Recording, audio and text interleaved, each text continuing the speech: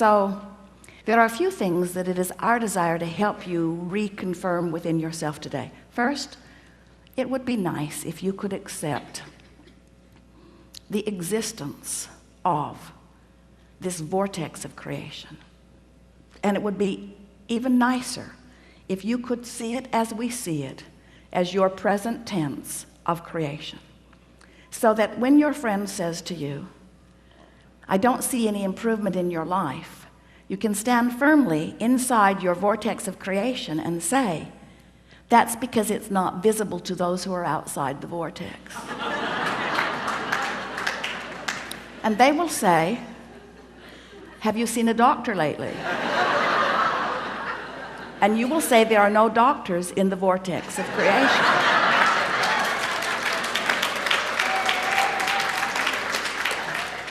When you let being in this vortex, when you let tuning yourself into the vibrational frequency of all that you are be your top priority, you get so much life back. Do you know how many arguments, how many words, how many efforts, how much action is necessary just to keep you alive and out of desperation when you're not in the vortex? In other words, it's a big effort to live this life when you're counting on your words and your action and your effort to make it happen. It's interesting. You could just have a conversation with one very well-meaning mother about her child that she adores more than life itself, and listen to all of the gyrations that she is going through in order to sort of kind of understand what's going on with her little boy and put it in the proper perspective, when really all she needs to do is step away from whatever's bothering him and away from whatever's bothering her and focus upon something that gives her access to the vortex, and from inside the vortex everything's clear. You cannot lead from behind. And if you are not in the vortex, then you have nothing to give anyone. Sometimes people say, Abraham, it seems like you teach selfishness. And we say, we really, really, really, really do. Because selfishness, let's define it. Selfishness means vibrational alignment with self.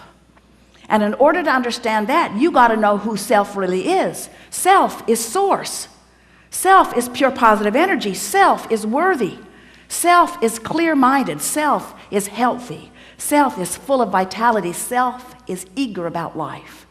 And when you are willing to be selfish, which means you are willing to mimic the vibration of self, which means you're willing to release the thoughts that hold you apart from that and practice the thoughts that cause you alignment with that, which simply means you're selfish enough to care how you feel. That's when they call it selfish. People say, oh, you're so selfish, you're pleasing you. And what they mean is, you should please me? You're selfish because you please you, and I'm not selfish because I think you should please me instead of you?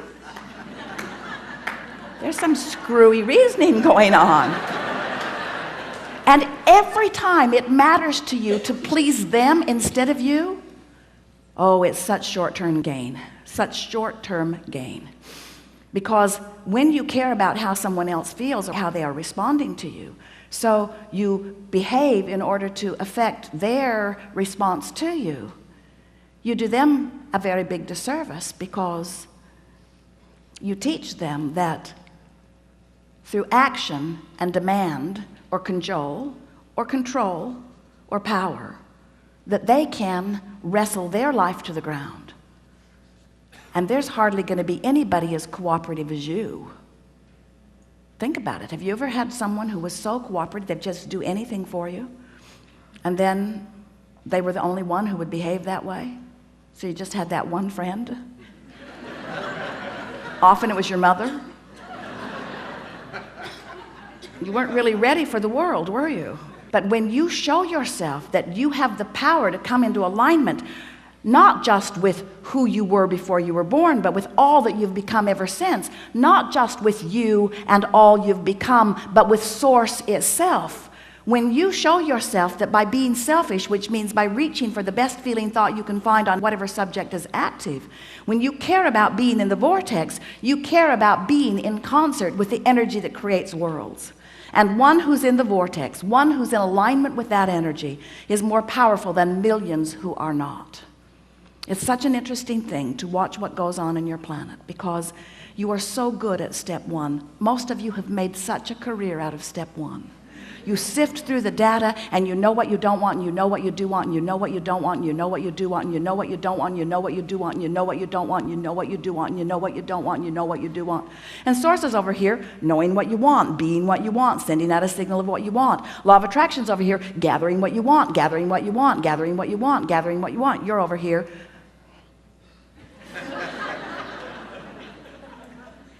That's creating by default. That's going where the wind blows. That's complaining about whatever they're complaining about and feeling about whatever's happening. But when you decide that you're going to take control of your relationship to who you really are, when you decide that you're going to tend to this gap between you, wherever you are on whatever subject you're experiencing, and who you really are and what you know about the same, now life is going to take a new form and shape for you. You're going to feel exhilarated. You're going to feel satisfaction. Those who are watching you will see you as someone who seems to create tremendously with ease. Those who are watching you, especially those who don't really understand the power of this vortex and the power of your deliberate alignment with it, they'll call you lucky. Many times they'll be jealous of you, because they'll watch your fortunes amass and your funds surround you, and they'll watch you in satisfying life experience. And when they say to you, "What do you know that I don't know?" the only thing that you can say to them that is of any real value to them is, "I figured out my relationship with me, and I'm constantly aware of my vibrational relationship to who I really am and what I really want. And I guide every thought I can to mesh with the wholeness that I am.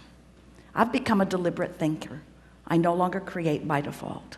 I think on purpose, I speak on purpose, I act on purpose, and I don't do any of it unless I'm in the vortex." What do you mean? What's a vortex? What do you mean? What is a vortex? A vortex is a vibrational state of being that is the precursor of all positive motion forward of all that is. It's like encapsulated, condensed, straight up source. It's pure positive energy. It's the holding tank. It's the anchor. It's the touchstone.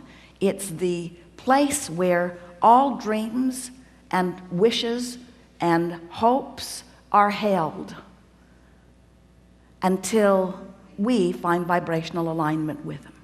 It's the eternal pool of well-being to which each of us have added mightily along the path of our physical experience. So this vortex, it is a reality even though you can't see it, but you can feel it. You know how your dog hears things you can't hear and smells things you don't want to smell? Because your dog has more acute sensitivity to sound than you do. Sound is just vibration, and hearing is just translating it. Smelling is just translating vibration. This vortex is something that while you can't see it, and while you may not be able to hear it, when you get in the vicinity of it, you can feel the deliciousness of it. And when you are far from it, you can feel the discord of not being close to it. Do you know that everything you feel all day, every day, is nothing more than feedback about your proximity to your vortex? So when you feel really ornery, you're vibrationally speaking not near your vortex. When you feel hopeful, you're right on the brink of it. In fact, this door to the vortex, this imaginary door in Abraham's fairy tale of the vortex, this vibrational entry point is somewhere between hope and belief. So when you feel hopeful about something, you're so in the vicinity that you'll be called in, you'll be swept in. Law of attraction will take you in. Law of attraction will take you in when there is not enough resistance to hold you out. How's that? If you weren't doing that thing you do that holds you apart from your vortex would take you in every time. When you slumber, in you go. But you wake up right where you were when you went in. If you go to sleep in the vortex, you wake up in the vortex. If you go to sleep not in the vortex, you wake up not in the vortex. You ever had an experience where you're ornery when you go to sleep? You sleep all night, you sleep pretty good, you wake up, still ornery. So the vortex is the source of well-being, calling you home, so to speak, calling you to all that you've created. And when you are not clinging with resistance to some thought that keeps you from it, it takes you right in. So really, when we say we want you to get into the vortex, what we really mean, a much more accurate way of saying it is, we want you to stop doing that thing you do that keeps the vortex from taking you in easily. Oh, you're going, you're just not going willingly sometimes. In other words, when you croak, in you go. So wonderful to watch you die.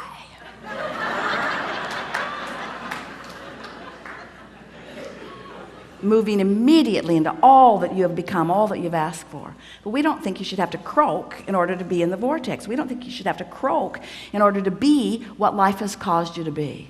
So, as we're moving forward today, we're eager to talk with you about whatever it is you want to talk about. And it is our desire to help you to find a vibrational stance, which means a mental approach, which means an attitude about whatever it is that you've got going on. We want to help you soften your resistance, because when you soften resistance, the vortex takes you in. And that really is where you belong. You belong inside that vortex where rendezvous with exhilarating things can happen all day, every day. Do you know that if this time-space reality has the wherewithal to stimulate a desire, so that the desire is in present tense already gathered in this vortex of creation, that this time-space reality has the wherewithal to give it to you now. And the only reason there is a gap between you putting it in the vortex and it showing up where you and others can see it and smell it and hear it and taste it and touch it is because you've got more resistance about the subject going on than you do belief or expectation about the subject. That's all. You just got to move yourself into more expectation. So what do you want to talk about?